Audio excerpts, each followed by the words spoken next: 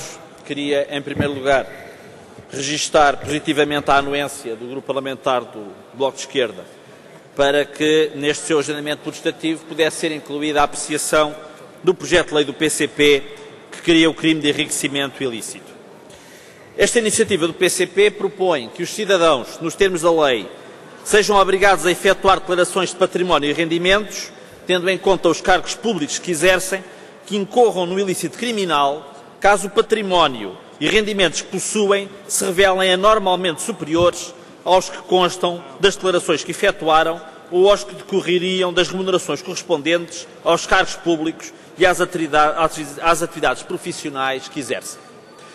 O processo legislativo que ocorreu nesta Assembleia entre 2007 e 2008, onde a discussão sobre o enriquecimento ilícito já esteve presente, foi, como todos sabemos, uma oportunidade perdida que não correspondeu às expectativas criadas, que não contribuiu para prestigiar esta Assembleia e que não deu o contributo legislativo que era necessário para dar combate a comportamentos criminosos que minam a credibilidade do Estado Democrático. De então para cá, como sabemos, a preocupação com o fenómeno da corrupção não diminuiu, bem pelo contrário, o sentimento de impunidade de corruptos e corruptores manteve-se e, diríamos, agravou-se, e a ideia de que a lei é dura, mas só para os fracos, e que é ineficaz relativamente aos poderosos, é uma convicção que se generaliza e que mina a confiança nas instituições políticas e judiciárias. É hoje uma evidência, senhores deputados, que os tipos de crime que estão estabelecidos na nossa lei penal são insuficientes e são inadequados para permitir uma eficaz dissuasão e para punir efetivamente o fenómeno da corrupção no exercício de funções públicas. Aliás, isso mesmo é reconhecido no recente relatório de monitorização da reforma penal, que ainda há muito pouco tempo tivemos a oportunidade de debater aqui na primeira comissão. Diz-se nesse relatório, que foi apresentado em outubro de 2009, exatamente há 2 meses, cito: até agora, a justiça portuguesa não conseguiu que um único caso de criminalidade económica ou financeira grave que envolvesse pessoas poderosas tivesse chegado ao fim com uma condenação transitada em julgado. Isto consta do relatório de monitorização da reforma penal e nós não podemos deixar de ter em conta este facto e esta observação. Não podemos ignorar a gravidade deste estado de coisas. Consideramos, por isso, que a criminalização do enriquecimento ilícito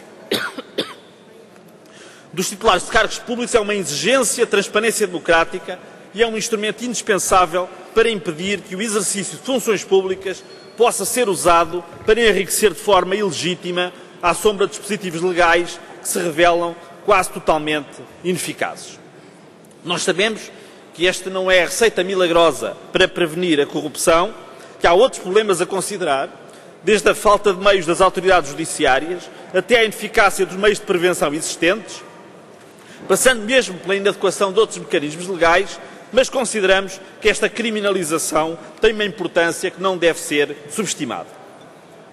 Porque o titular de um cargo político ou de um alto cargo público, incluindo aqui tanto o setor público administrativo como o setor empresarial do Estado, exerce o seu cargo tendencialmente em indicação exclusiva.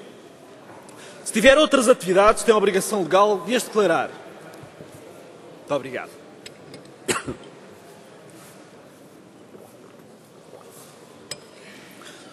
O património e rendimentos desse titular é objeto de uma declaração que é entregue no Tribunal Constitucional, que é de acesso público e que, no caso de titulares de órgãos executivos, deve ser renovada anualmente, embora saibamos que um anterior presidente da REN, durante 10 anos, não entregou a renovação da sua declaração de rendimentos.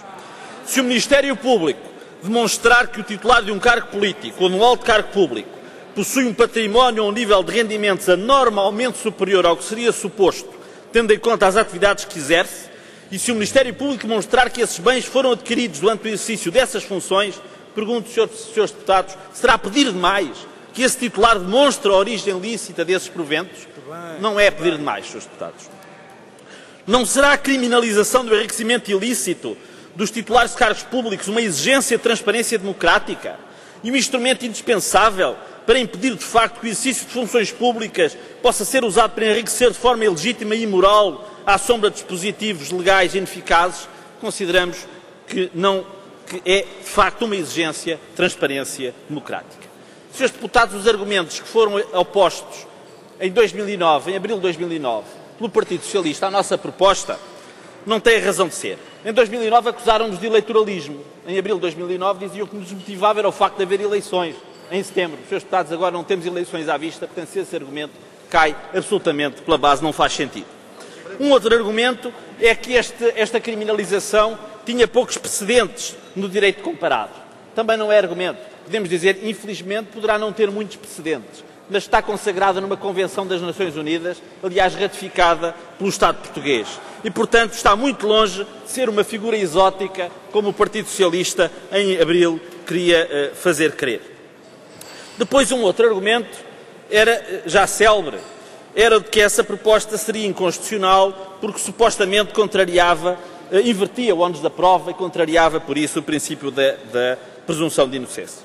Bom, importa registar, são cada vez mais as vozes de penalistas e de constitucionalistas que consideram, com fundamentos bastantes, que essa objeção não tem razão de ser. Tenho aqui comigo um trabalho do Dr. Euclides Damaso Simões, publicado na revista Polícia e Justiça, em que refere, e cito uma parte, que é a acusação que competirá provar que o património do agente público não é compatível com os proventos que oferiu licitamente.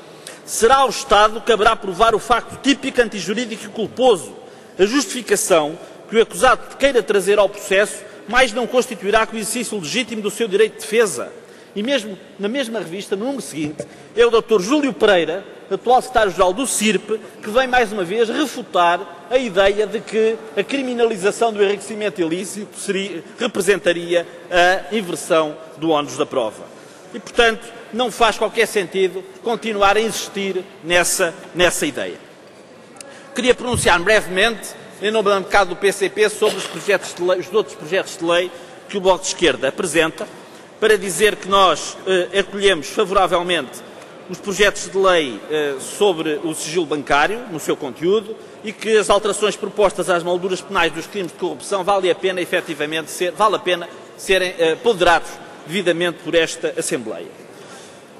Há dois projetos de lei sobre os quais pensamos que a solução técnica encontrada não se nos afigura a mais feliz. Refiro-me desde logo ao enriquecimento ilícito, porque creio que, permitir-se-á a modéstia da parte da minha bancada, mas parece-nos que a solução que encontramos é melhor e teria mais eficácia no combate ao enriquecimento ilícito. Porque o Bloco de Esquerda coloca a questão na demonstração por parte do Ministério Público de que a aquisição de determinados bens não resultaria de nenhum meio de aquisição ilícito. Ora, quer-nos parecer que o problema não está na aquisição em si, porque é possível um corrupto, com base no dinheiro que adquiriu por via da corrupção, comprar licitamente uma propriedade. E, portanto, o problema não está na licitude da aquisição, está em saber como é que ele arranjou o dinheiro. E, portanto, é por aí que nós deveríamos, de facto, atuar. E, portanto, quer-nos parecer que, obviamente, que na especialidade poderemos todos procurar encontrar uma solução adequada. Relativamente à cativação das mais-valias, também queremos chegar aqui a um problema que devia ser ponderado. É que o que acontece normalmente é que o problema não está na transmissão onerosa. Portanto, o Bloco de Esquerda pretende que as mais-valias resultantes de ganhos obtidos pela transmissão onerosa de ativos perdiais revertam para o Estado. O problema é que, no momento da transmissão, o problema é que não há transmissão. Ou seja, o proprietário de um terreno que é objeto de uma alteração, que passa, por exemplo, de rural a urbano, evidentemente que a partir do momento em que obtém essa transformação não vai proceder à transmissão onerosa, porque aí ele passa a ser diretamente o beneficiário dessa transformação. E, portanto, nós temos é que prevenir que não possa haver uma manipulação dos instrumentos de gestão territorial ao serviço de interesses que importa, obviamente, que não devem ser considerados. Mas também, obviamente, nós consideramos, isso é que é a questão fundamental, que estamos perante um bom contributo, em geral, para o combate à corrupção e pensamos que esta Assembleia faria mal em desperdiçar a oportunidade, desta vez, nesta ação legislativa, poder, de facto, contribuir positivamente em termos legislativos para combater esse verdadeiro flagelo. Muito obrigado.